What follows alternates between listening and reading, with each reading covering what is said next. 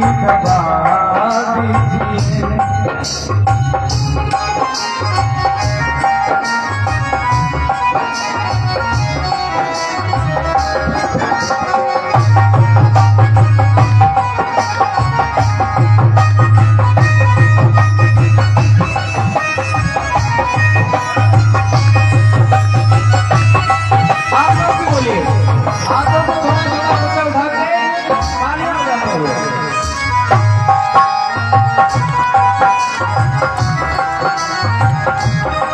दर्द दिल की दबा दीजिए, दर्द दिल की दबा दीजिए। सील अपने सिखा दीजिए मेरे भगवान, सील अपने सिखा दीजिए।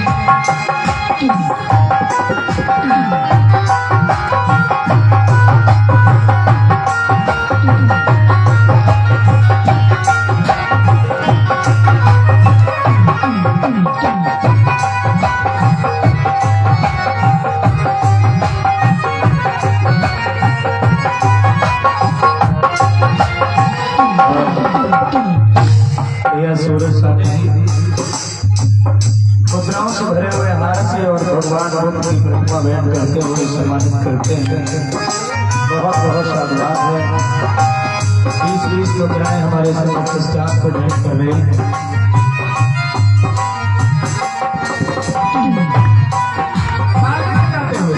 दया हो भगवान बुद्ध की।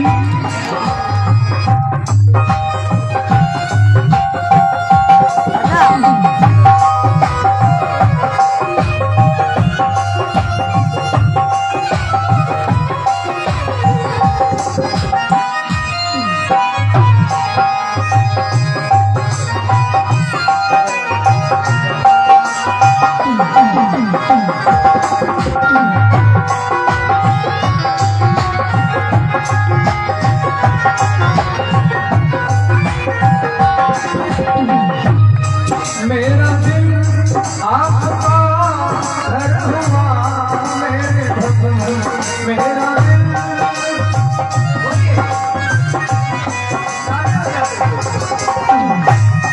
मेरा दिल मेरा दिल मेरा दिल मेरा दिल आपका घर हुआ मेरे भगवान। आते जाते मेरे प्यारे आते जाते सील अपने सिखा दीजिए, सील अपने सिखा दीजिए। दर्द दिल की दबा दीजिए मेरे भगवान।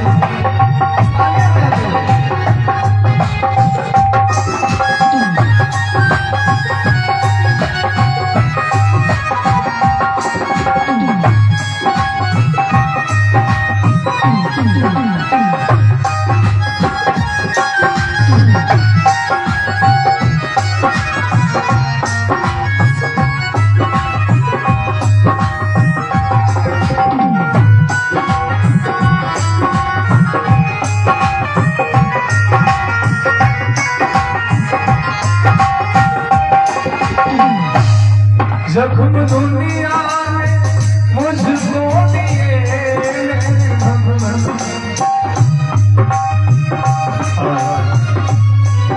पंचशील की पगड़ी पहना कर, पंचशील का मुकुट पहना कर भैया सूरज साथी ने सम्मानित किया है।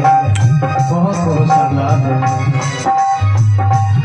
जख्म दुनिया ने मुझको दिए मेरे प्यारे, जख्म दुनिया थोड़ा मरहम लगा दीजिए मेरे भगवान, थोड़ा मरहम लगा दीजिए।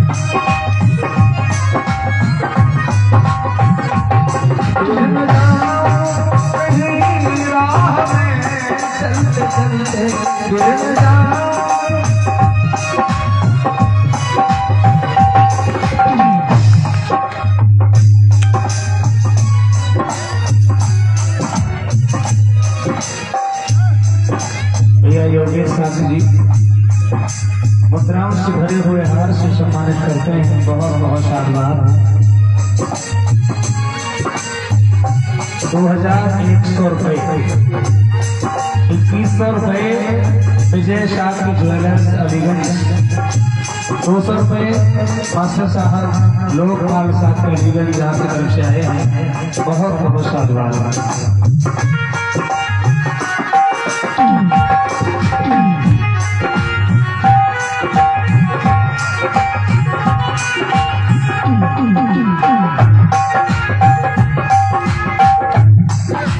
भैया आदेश शास्त्री जी सुनो, राजेश शास्त्री जी हमने मुद्राओं से भरे हुए हार से सम्मानित किया है।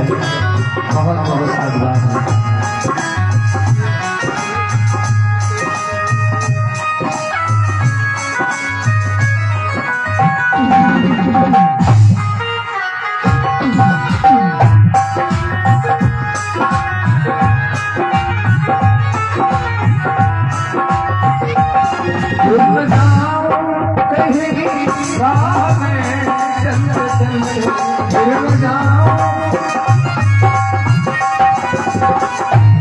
अपना दामन थमा दीजिए मेरे प्यारे, अपना दामन थमा दीजिए, अपना दामन थमा दीजिए, अपना दामन थमा दीजिए मेरे प्यारे, खुदा हम लगा दीजिए मेरे भगवान, दर्द दिल की दवा दीजिए।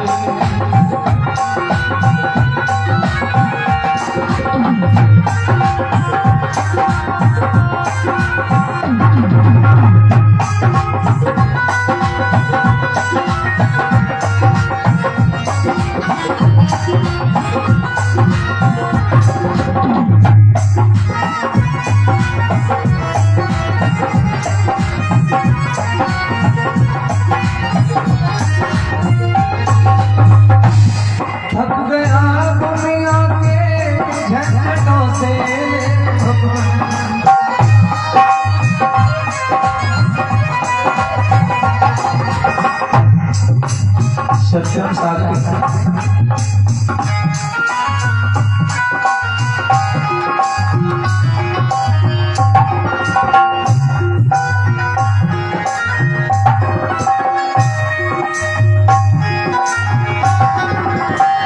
सत्यम सागर अनन्या फोटो स्टूडियो आपने 100 रुपये भिजवाए हैं। बहुत बहुत साधुवाद है।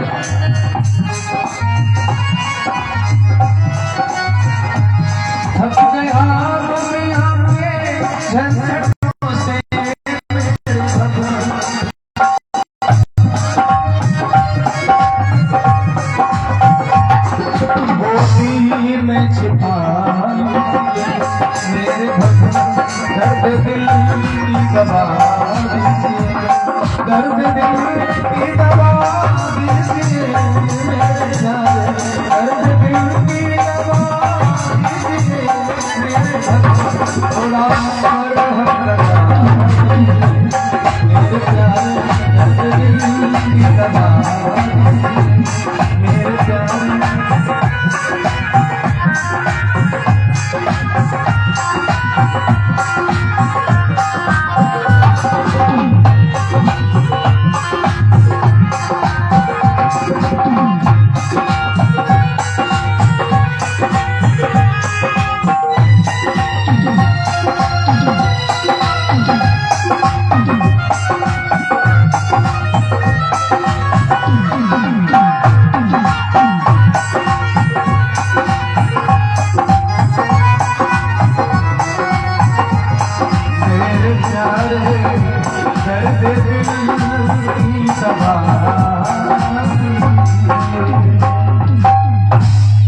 प्रेम से बोलिए भगवान बुद्ध की, पंचशील दरबार की।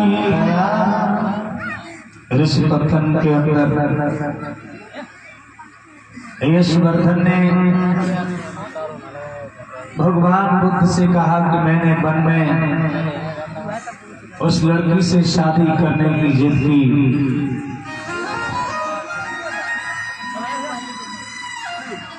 उसने अपने पिता के पास में भेज दिया। मैं उसके पिता के पास में गया, मुझे अपने धन का बड़ा घमंड था, बड़ा अभिमान था मुझे। उस वृद्ध ने कहा, तुम्हारा पिता शील प्रकाश वो हमें भली भांति जानते हैं। अगर आप ये सोच रहे हो कि मेरी बेटी से तुम्हारी शादी हो जाएगी, मैं तुम्हें एक कहानी सुनाता। उस वृद्ध ने यशवर्धन को एक कहानी सुनाई और ये कहा, यशवर्धन तुमने बहुत सी प्रेमिकाओं से प्रेम किया है, बहुत सी स्त्रियों को तुमने प्रेम जाल में फंसा रखा है। मैंने तो केवल एक स्त्री से प्रेम कर लिया था अपनी शादी के बाद में। शादी के बाद पराई स्त्री से प्रेम करने का जो नतीजा मुझे मिला, तो आज मेरी ये हालत है। अन्यथा तेरा बाप जितना अमीर है उससे ज्यादा मैं अमीर था, लेकिन उस औरत ने हमें दिन ब दिन रात दिन लूटने का काम। रात दिन मैं उसका खर्चा उठाता था और उसका खर्चा इतना बढ़ गया, खर्चा करते करते मेरी सारी संपत्ति खत्म हो गई। मेरी खुद की पत्नी ने कई बार मुझे समझाया, लेकिन अपनी पत्नी से ज्यादा मुझे वो सुनकर लगती थी। अपनी पत्नी से ज्यादा उसकी बातें मुझे पसंद थी, इसलिए मैंने कभी अपनी पत्नी से प्रेम नहीं किया। मेरी पत्नी ने गर्भ धारण कर लिया था, परंतु मैंने उसका कोई ध्यान नहीं दिया। ऐसे में वो कमजोर हो गई।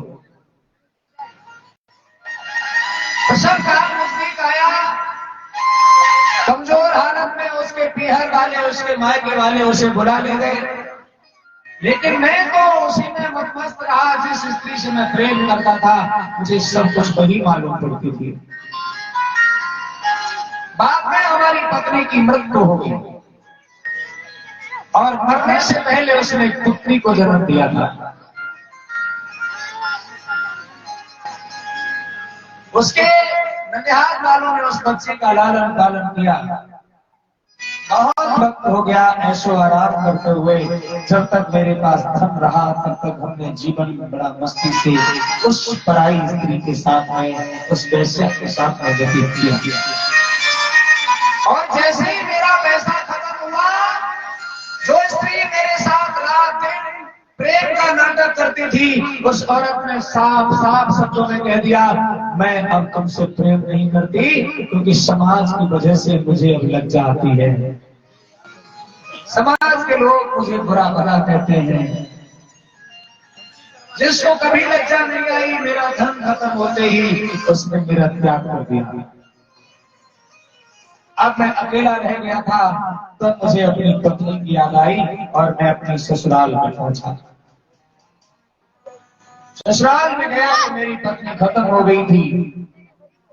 ससुराल वाले मुझे मारना चाहते थे, मार डालना चाहते थे, इतना गुस्सा उनके अंदर भरा हुआ था। मेरी बेटी तब तक सयानी हो गई थी और मेरी बेटी को ये पता चल गया। मेरे पिता आए तो वो भाग करके मेरे सामने आई और घर वालों से कहा कि मेरे पिताजी हैं, इन पर हाथ चलाने की कोशिश मत कर। मैं आपका घर छोड़ सकती हूँ, लेकिन इस हाल को नहीं देख सकती। और मेरी बेटी अपनी ननिहाल को छोड़कर मेरे साथ चली आई। मेरा घर भी नहीं बचा था, मैंने उसको भी बेच दिया था। इसी प्रेम को कहते हैं बेटी का प्रेम। सब कुछ जानते हुए कि मेरे पिता की वजह से मेरी माँ की मृत्यु हो गई, फिर भी मेरी बेटी ने अपनी ननिहाल को मेरे लिए छोड़ दिया। यहाँ घर भी नहीं था, खाने के लिए दाना भी नहीं था, लेकिन फिर भी मेरी बेटी मेरी सेवा के लिए घर छोड़कर चली। मैं बेटी का ऋण कभी नहीं दे पाऊंगा। आज मैं बूढ़ा होता जा रहा हूँ, मैं बोलने के लायक नहीं हूँ, चल नहीं पा रहा हूँ, परंतु मेरी बेटी मेरी देखभाल करती है। इसलिए तुमने जो किया है मैं भी उसे करके देख चुका हूं। तुमने तो बहुत सी स्त्रियों से प्रेम कर रखा है, जब मेरी एक स्त्री की वजह से ये हालत हुई है तो तू कैसे सुखी रहेगा। मैं अपनी बेटी का विवाह तेरे साथ नहीं कर सकता। ये बात सुनते ही यशवर्धन का पसीना छूट गया। सच में मुझे भी लगता है कि मेरी भी यही हालत होने वाली, और इससे बड़ा अपमान उसे जीवन में कभी नहीं मिला। इसलिए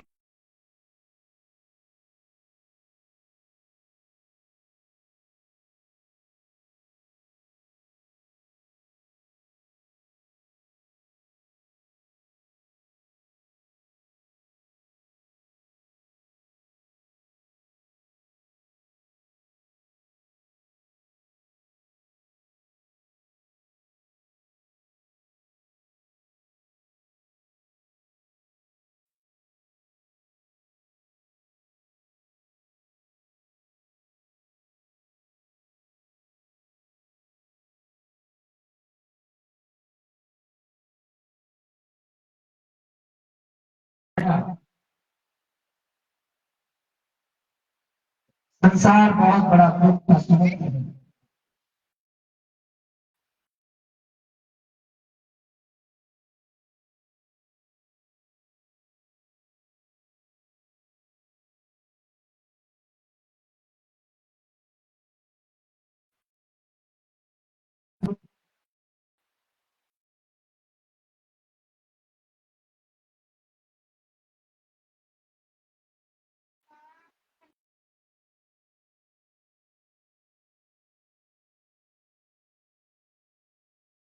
कहते हैं काम क्रोध लोभ मोह ईर्ष्या द्वेष कलह और तृष्णा त्याग कर दीजिए।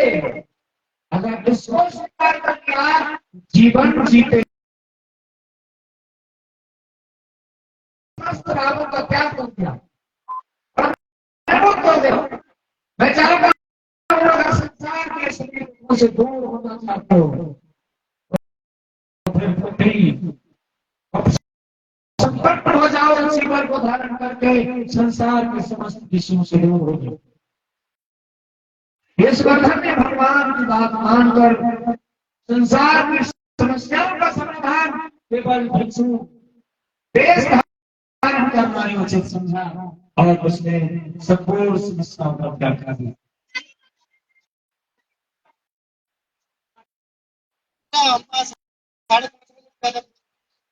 दो दिन हो गया यशवर्धन लौट करके घर नहीं पहुंचा। घर वालों ने सोचा कि मेरा कहाँ है, और उसकी तलाशते हुए यशवर्धन में आए। यहाँ तक उन्होंने इनाम दिया, मैं 1000 स्वर्ण मुद्राएं उसको दूंगा, 1000 सोने के रुपए उसको दूंगा जो हमारे मौजूद है। लेकिन भगवान के सामने आकर भी यशवर्धन को वो पहचान नहीं पाए और भगवान से कहा, यशवर्धन ने आपने सुना है हमारा पुत्र आया है। भगवान ने कहा, पहचान सकते हो तो पहचान लो, तुम्हारा पुत्र तो तुम्हारे सामने क्या हुआ। यशवर्धन ने अपने पिता को प्रणाम करके कहा, मैं अब लौट कर नहीं जाऊंगा। योग साथियों, संसार बड़ा दुख का समुद्र है और मैं दुख में नहीं करना चाहता। अपने पिता को समझाया। शील प्रकाश ने कहा, पुत्र कोई बात नहीं, तो एक बार तो घर चलो, अपनी पत्नियों को और अपनी बहू को समझाओ। शील प्रकाश ने इस बात को स्वीकार कर लिया तो शील प्रकाश ने भगवान बुद्ध को निमंत्रण दिया और निमंत्रण पर भगवान बुद्ध शील प्रकाश के घर पहुंचे। महाराज में प्रवचन हुआ। जब प्रवचन हुआ तो भगवान बुद्ध के प्रवचन सुन करके एक ही बार में 54 लोग संपन्न हुए। 54 लोगों ने जीवन को धारण कर लिया। अब यहाँ तो एक को बचाने आए थे, बोले छीवर उतार दो। वहां तो एक ही बार में 54 लोगों ने दीक्षा ले ली, 60 लोगों का संग हो गया, संग बहुत बड़ा हो गया। साथियों, बढ़ता गया, भगवान ने देखा यज्ञ करने वाले कश्यप, महाकश्यप, दया कश्यप, ये तीनों कश्यप ले जाते हैं। इन्होंने भी भगवान के प्रवचन सुन के बुद्ध की शरण में एक बार का जिक्र है, भगवान विचरण करते हुए मगध देश में आए और मगध देश में उसी स्थान पर आ गए जहां पर पेड़ वन था, जहां एक बार यज्ञ के समय पर भगवान पहुंचे थे। उसी पेड़ वन में भगवान अपने भिक्षुओं के साथ में ठहरे। पारे मही तल शीतल छाई, नींद बड़ा पेड़ों महाराज के अनुसार उस पेड़ वन में भगवान ने विराम लिया। ये खबर अनुसार के समय तो भगवान के दर्शन करने तमाम गांव के लोगों के साथ में, कई लाख साथ में महाराज के साथ में एकदम से पूरे मगध में बहुत बहुत लड़ाई हो गई। बुद्ध के उपास को कृष्ण को भरोसा करो। महाराज के अनुसार ने भगवान बुद्ध को अपने घर पर भोजन के लिए बुलाया और वहां बुलाने के बाद भोजन कराया और भोजन कराने के बाद ने कहा, मैं अपना पूरा पेड़ वन आपको दान में देना चाहता हूं। पेड़ वन में महाराज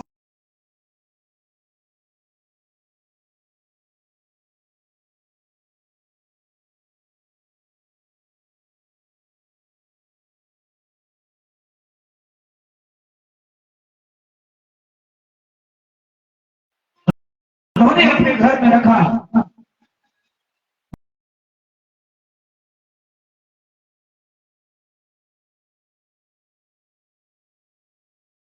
कहीं पर आए हुए थे, भगवान का प्रवचन सुदत्त ने सुना।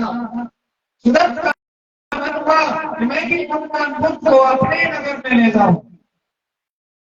और सुदत्त कौशल देश में भगवान का नगर रास्ता में बहुत सुंदर पानी की व्यवस्था, झोपड़ियों की व्यवस्था करवाई। के साथ भगवान आएंगे और भगवान ने भी वादा कर दिया कि मैं पूरा वर्ष आज आपका ही नाम बतौर करूंगा। भगवान श्रावस्ती में जाकर के पहुंचे और श्रावस्ती में पहुंचने के बाद सेठ ने विचार किया कि मैं भगवान को कहां पर ठहराऊंगा। ठहरने की जगह देखी जाए तो राजा था जिसका नाम था राजकुमार जेठ। जेठ से कहा, तुम अपना जेठ मुझे कुछ समय के लिए दे दो। ये जो जेठमन था, राजा हुसैन ने अपने पुत्र को जन्मोत्सव की खुशी में दिया था, जन्मोत्सव का दान में दिया था। ये जेठमन में रहने की बात जब महाराज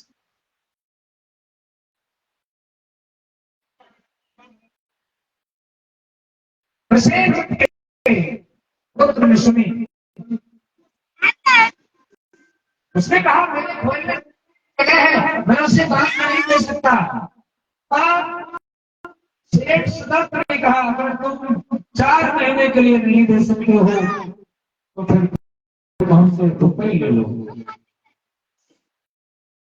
पैसे लेकर तो दे सकते हो, ऐसे नहीं दे सकते हो तो बेच दो। बेचने की बात कही तो राजकुमार जेठ को गुस्सा। उसने कहा, तुम इतने धनी कब से हो गए जो राजा के शब्द खरीद लोगे? तुम सेठ हो तो सेठ का दिल खरीद रहो, तुम हमारी संपत्ति खरीदने की बात करते हो। सेठ ने कहा मैं गलत नहीं कहा, मैंने चार महीने के लिए तुमसे बदला मांगा, मैं तो कहां से बर्बाद से खाली कर दूंगा। जेठ कुमार बोला वैसे मैं दे नहीं देता। अब तुम कहते हो तुम खरीद लोगे तो खरीद के दिखाओ।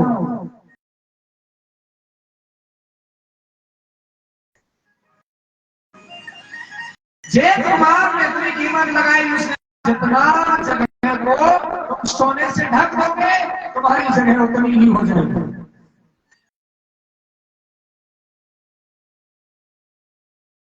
जितनी जगह बचता था 2-4-10 रुपए और में सोने की उनके पास, उससे क्या इनका काम थोड़ी चल जाएगा।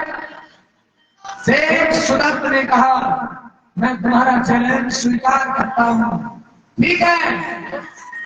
खच्चरों से भरवा करके उसने सोना बना लिया और इतना सोना उगाया पूरे रुपयों से काट दिया, सोने के रुपयों से बांट दिया और फिर भी कुछ खच्चर बच गए।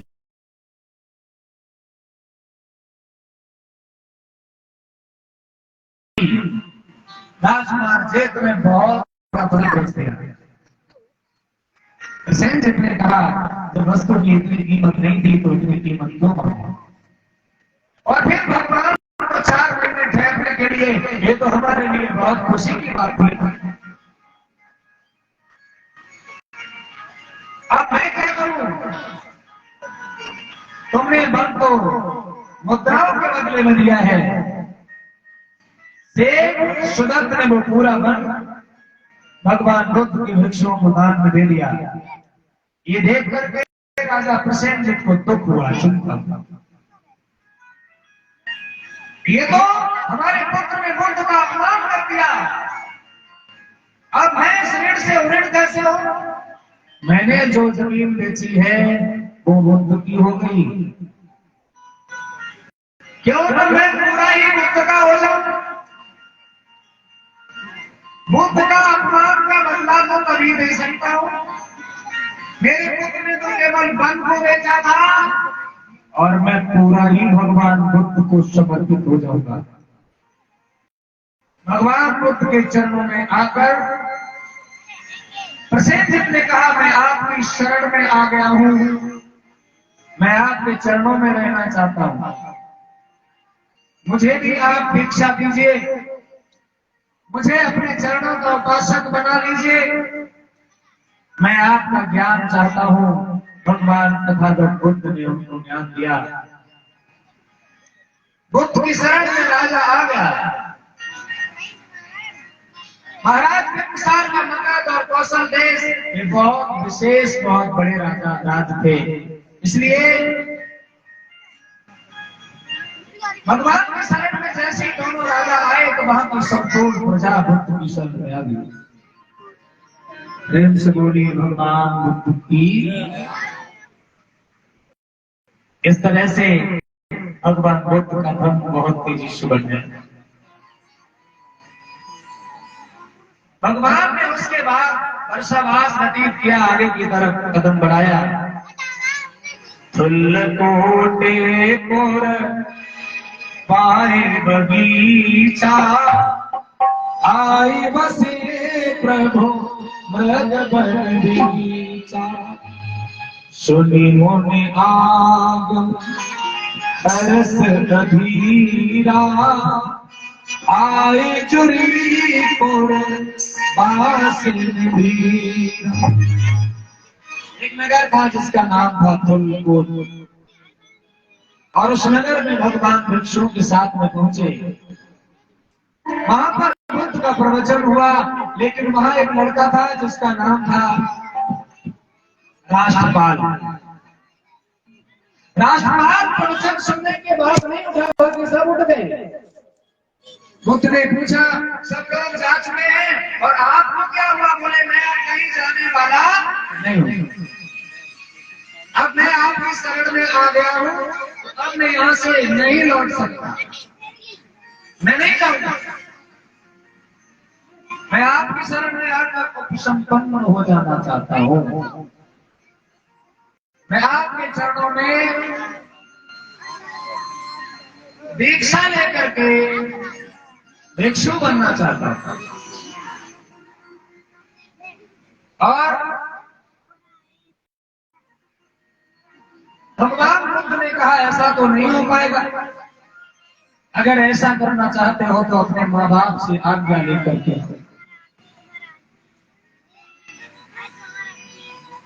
भगवान की बात मान करके, और राष्ट्रपाल अपने माँ बाप के पास में पहुंचा और वहां जाकर के कहा कि मैं भगवान बुद्ध की शरण में जाना चाहता था, वहां जाकर के भिक्षु बन जाना चाहता हूं। ये बात सुनी तो पिता ने कहा ऐसा संभव नहीं है और भिक्षु बनने से कोई फायदा ही नहीं है। काहे के लिए भिक्षु बनोगे? हाथ में भिक्षा पात्र लेकर घर घर मांगते फिरोगे। अरे घर में किस बात की कमी है जो तुम ये करना चाहते हो? साथियों, पत्नी विवाह करके राष्ट्रपाल के सामने हाथ जोड़ करके खड़ी होगी। हाथ जोड़कर बोली आप केवल यही मत करो, अगर चलना चाहते हो तो मुझे भी अपने साथ में चलो, मैं आपके बिना नहीं रह पाऊंगा।